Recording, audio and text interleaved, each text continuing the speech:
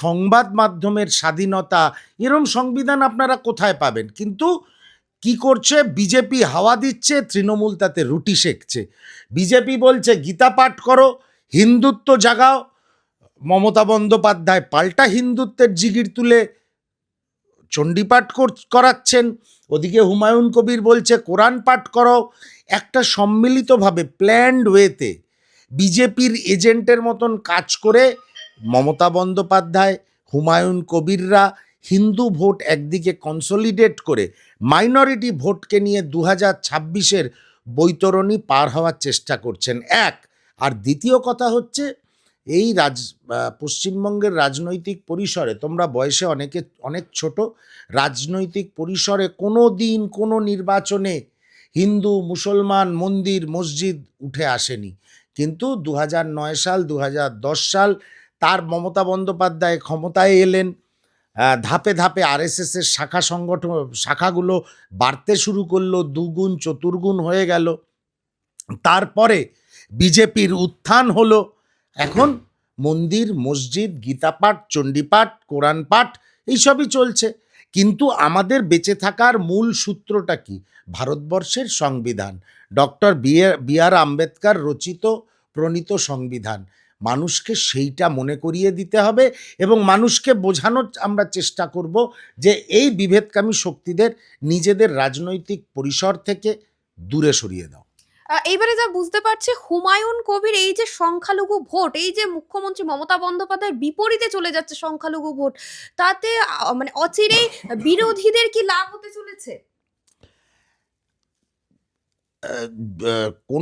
কোন বিরোধীদের লাভ হবে জানি না। জাতীয় কংগ্রেস হুমায়ুন কবির কি পদক্ষেপ নিল, শুভেন্দু অধিকারী কি পদক্ষেপ নিল, মমতা বন্দ্যোপাধ্যায় কি পদক্ষেপ নিল তাই নিয়ে চিন্তিত নয়। জাতীয় কংগ্রেস চিন্তিত যেভাবে রাজনৈতিক চিন্তাধারাকে বিজেপির ধোঁয়া দিচ্ছে এবং মমতা বন্দ্যোপাধ্যায় যেভাবে বায়নারি তৈরি করে রাজনৈতিক পরিসরটাকে কালিমালিপ্ত করছে। বাংলার রাজনীতিতে কোনোদিন একটু আগে যেটা বললাম, মন্দির মসজিদ কোনোদিন ছিল না, হিন্দু মুসলমান ব্যাপারটা কোনোদিন ছিল না। এটা রবীন্দ্র নজরুলের বাংলা, এটা রামকৃষ্ণ পরমহংসদেবের বাংলা, যত মত তত পথ। সেই বাংলাকে কালিমালিপ্ত করার চেষ্টা করছে এই দুটো রাজনৈতিক দল। সেই জন্যে কে কি করবে, কে কিভাবে ব্যবহার করবে এই মন্দির মসজিদ রাজনীতিকে আমরা জানি না। আমাদের একটাই লক্ষ্য, বাংলার মানুষকে বোঝানো এদের প্রত্যাখ্যান করো, এদের প্রত্যাখ্যান করে চার্চ মসজিদ মন্দির সব একসঙ্গে থাকুক, শান্তিতে উপাসনা হোক আর রাজনীতি হোক।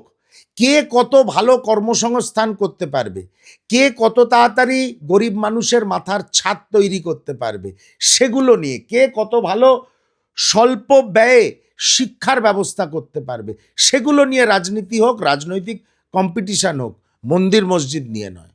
না, এইখানে এই যে পশ্চিমবঙ্গের রাজনীতিতে তাহলে এই যে বাবরি মসজিদ, এত যে আলোচনা হচ্ছে বাবরি মসজিদকে নিয়ে, তার উপর কি কিছু নির্ভর করছে 26-এ, আপনি মনে করছেন? না না, দেখো, হুমায়ুন কবির নিজে এসব করছেন না, হুমায়ুন কবিরকে ফান্ডিং করে করানো হচ্ছে। মানে ফান্ডিং মানে কে করছে তাহলে? তৃণমূল কংগ্রেস? কে করছে আমরা জানি না।